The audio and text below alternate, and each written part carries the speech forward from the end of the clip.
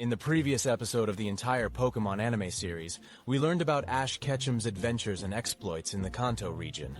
Now Ash and his friends Brock and Misty are returning to Pallet Town from the Pokémon League, and the Pallet residents are giving them a hero's welcome.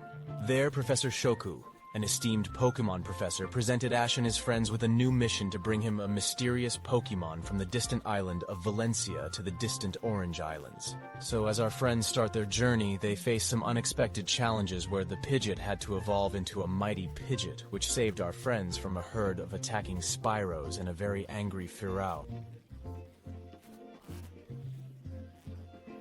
Let's say here that this particular Faru is that Spyro in the first episode of the Pokémon anime where Ash had thrown a rock at his head, and now after some time he has evolved. However, the Pidgeot feels it is his duty to stay in the area to protect the other Pokémon, so a heavy-hearted Ace will release it.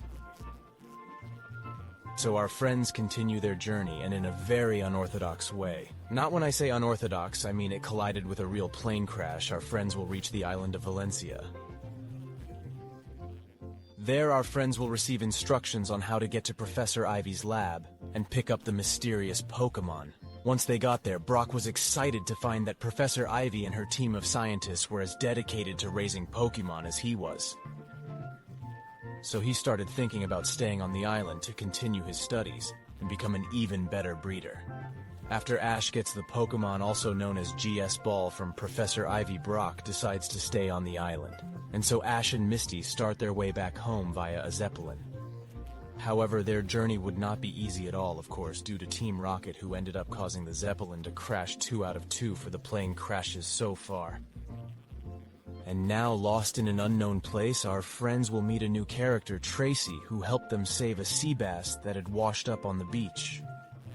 There, Tracy explained to them that there is a Pokémon tournament in the Orange Islands area. Ash will catch the sea bass, and our new trio will set off on a new adventure to explore the Orange Islands. There, Ash aims to qualify for the Orange League tournament and of course win the title.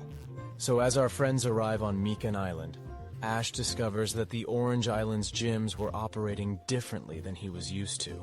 Instead of the traditional battles he knew so far, they test the trainer's skills through many demanding tests.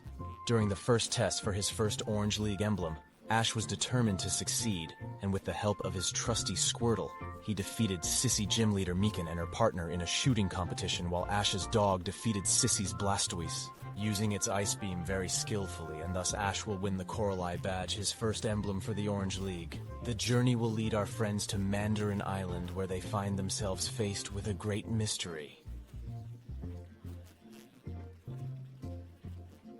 Dozens of Pokémon, including both Pikachu and Togepi, have turned against their trainers, where they do not listen to their commands and appear to be hypnotized. Officer Jenny quickly arrives to investigate, and it is soon discovered that Butch and Cassidy of Team Rocket had acquired a Drooze, which had hypnotized all of these Pokémon.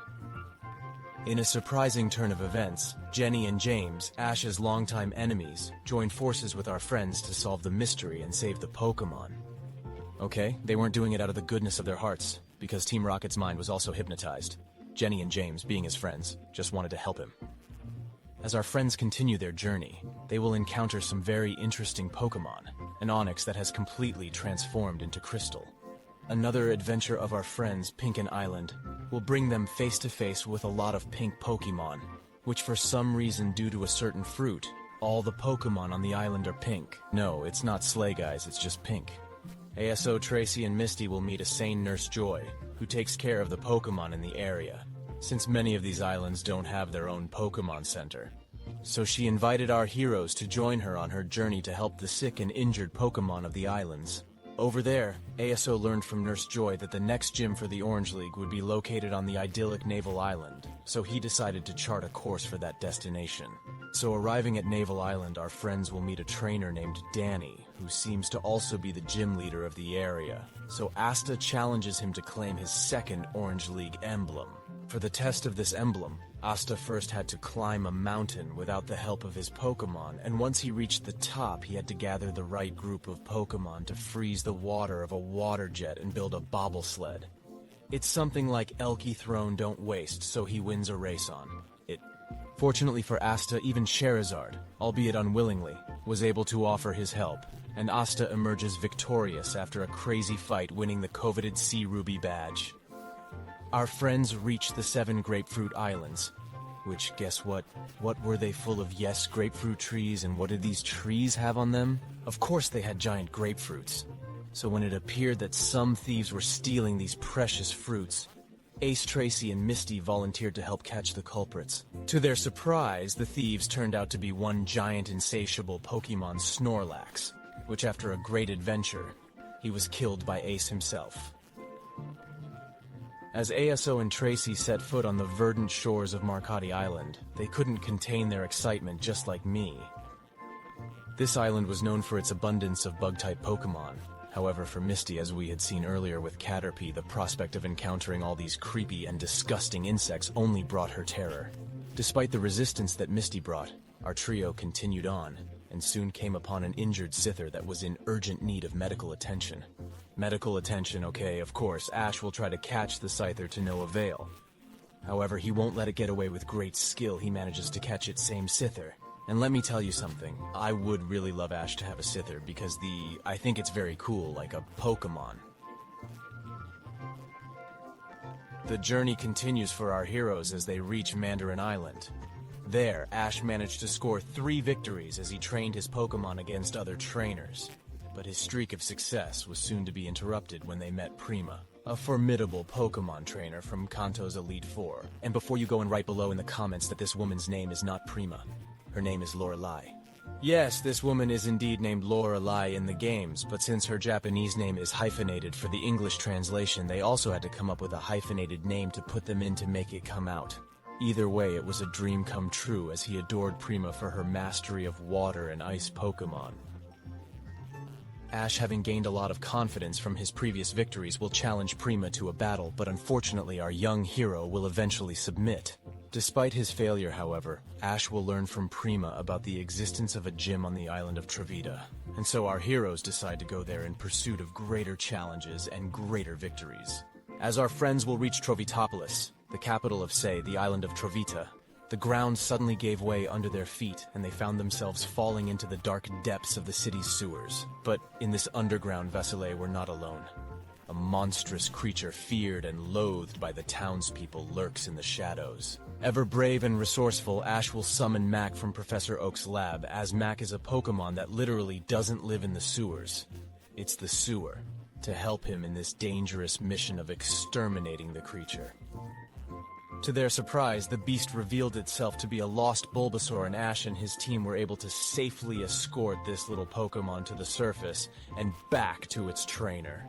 After this adventure, our friends learn that the Travita Island Gym is located on an islet just outside of Trovitopolis. But as our friends cross the blue waters, they will see a young girl and her shill caught in a Rufiatra, an eddy.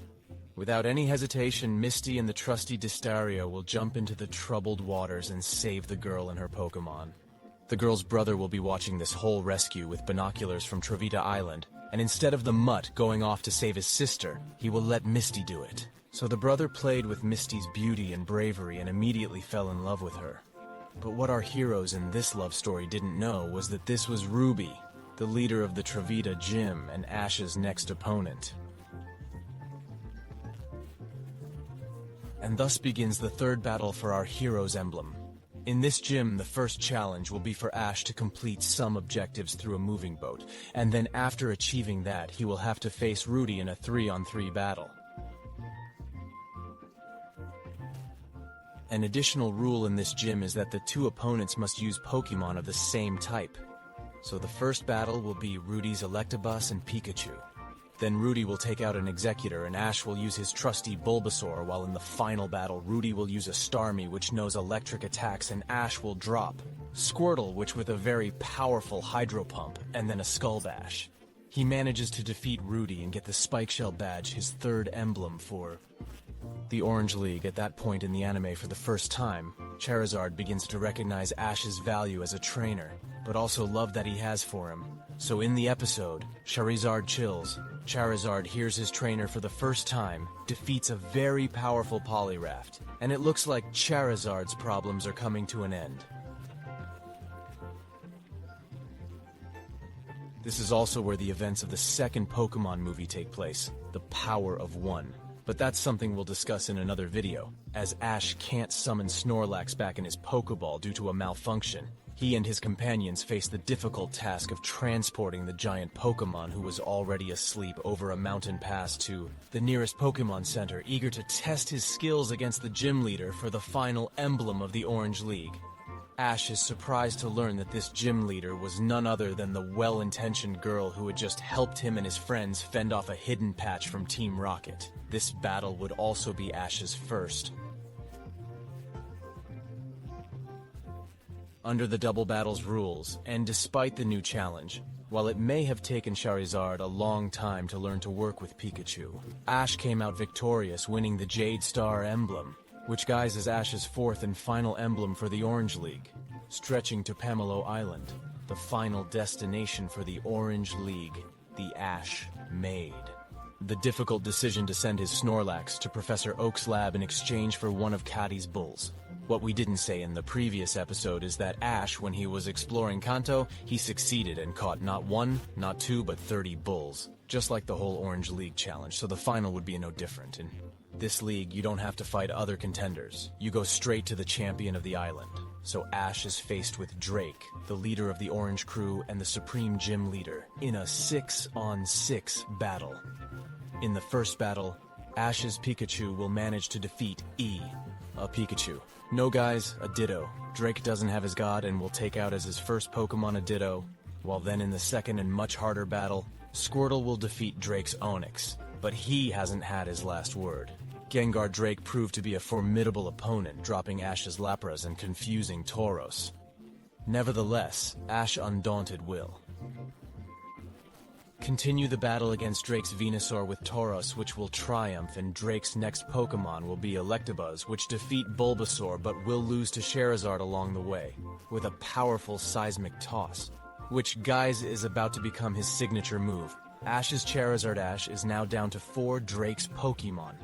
Only one, his Ace Dragon Knight, will manage in an epic battle to defeat Charizard and then take down Squirtle and Tauros. The two contestants are left each with a Pokemon, Drake with Dragon Knight and Ash with Pikachu. And after a barrage of attacks and strategy, Pikachu will climb onto Dragon Knight's head, and with a powerful electric shock give Ash the victory, who became the honorary instructor of the Orange League and won the winner's trophy and a place in the Palace of Victory, the Hall of Fame of the Orange Islands. Our heroes have set course for Pallet Town. Lapras will be reunited with his relatives, who are being hunted by pirates. Our heroes will save Lapras and his family from the clutches of ruthless pirates. But Ash, with a heavy heart, will say goodbye to his friend Lapras and set him free to live with his family.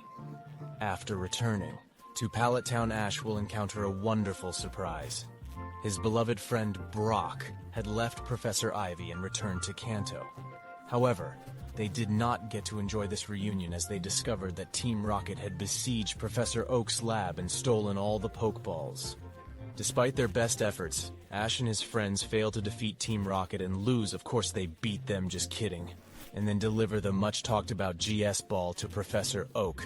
Ash will return also in Tauros, back in his herd, in Professor Oak's lab, while his old rival Gario, the grandson of Professor Oak, seems to have returned as well with an awesome and formidable Nidoqueen. For the first time, Harry accepted Ash's challenge to a Pokémon battle, but in the end, Ash would lose quite easily. Meanwhile, despite his efforts, Professor Oak would not be able to unlock the secrets of the GS Ball. But he explained to Ash and his friends that Johto's region has the biggest and most famous Pokeball makers, with Kurt, who is apparently the best Pokeball maker, to be the next recipient of the GS Ball, so Harry decides to travel to Johto, and Ash, determined to prove his worth as a trainer and deliver the GS Ball to Kurt while claiming Johto League. He will also go to Johto. Brock, seeing an opportunity for adventure, rejoins the team and announces that he will travel to Johto with Ash and Misty. And also, Ash was given a new Pokédex by Professor Tricius, so he decides to and Brock set off for New Bark Town in Johto's area, ready to start a new chapter in their journey in the next episode.